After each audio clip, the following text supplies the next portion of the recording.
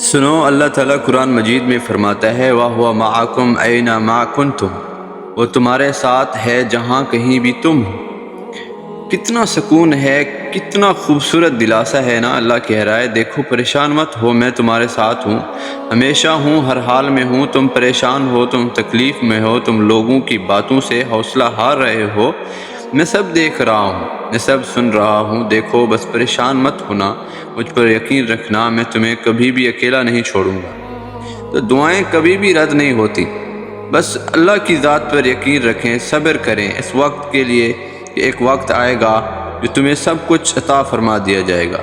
اس انتظار کا پھل تمہیں کبھی بھی مایوس نہیں ہونے دے گا جو تم نے اللہ رب العزت کے لیے کیا ہے۔ سنو، جو دروازے تمہیں بند نظر آ رہے ہیں ان تک پہنچنا ناممکن نہیں ہے، بس ان تک پہنچنے کا راستہ تمہارے سوچے ہوئے راستے سے الگ ہے، کیونکہ کچھ چیزیں تمہاری سمجھ میں کبھی بھی نہیں آ سکتی، اس لیے اللہ نے کچھ جواب بس خود تک محدود رکھے ہیں۔ وہ کبھی کبھار تمہارے ارادوں کو اس لیے ناکام کر دیتا ہے تاکہ وہ تم سے بچا سکے، کیونکہ کبھی کبھار تمہیں بھی خبر ہی نہیں ہوتی کہ تم اپنی جانب کس طوفان کو للکار رہے ہو۔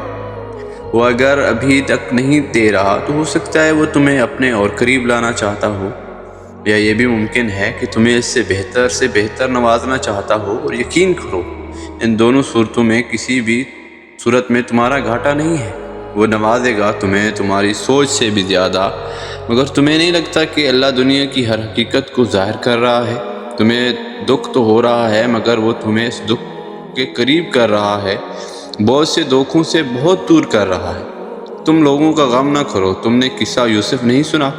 اپنے دل کو رب سے جوڑو، بے شک وہ تمہاری ہر منزل حسین بنائے گا۔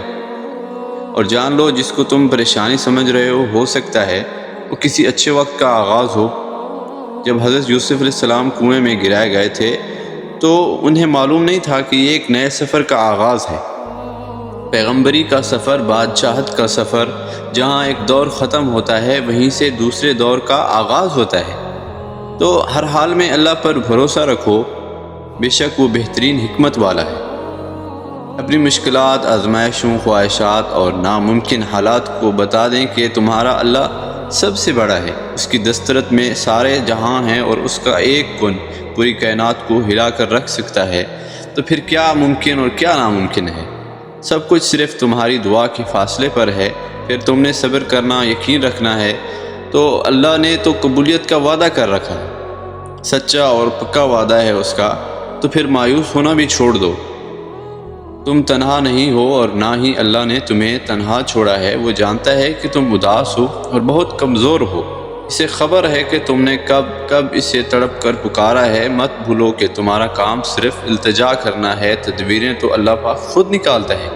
جب وہ کسی کام کے ہونے کا سوچ لیتا ہے تو اس کام کے مکمل ہونے کا اشارہ کر دیتا ہے، بس پھر جو ممکن ہو اور جو ناممکن ہو سب ہو جاتا ہے۔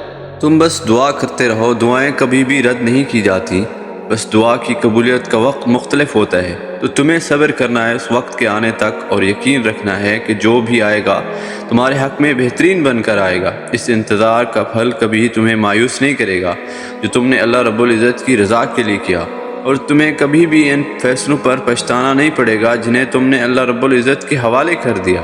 تمہاری آہیں، تمہاری سسکیاں کبھی خالی نہیں جائیں گی۔ یہ حالات مشکل ہیں مگر اللہ رب العزت کی مدد ہمیشہ تمہارے ساتھ ہے۔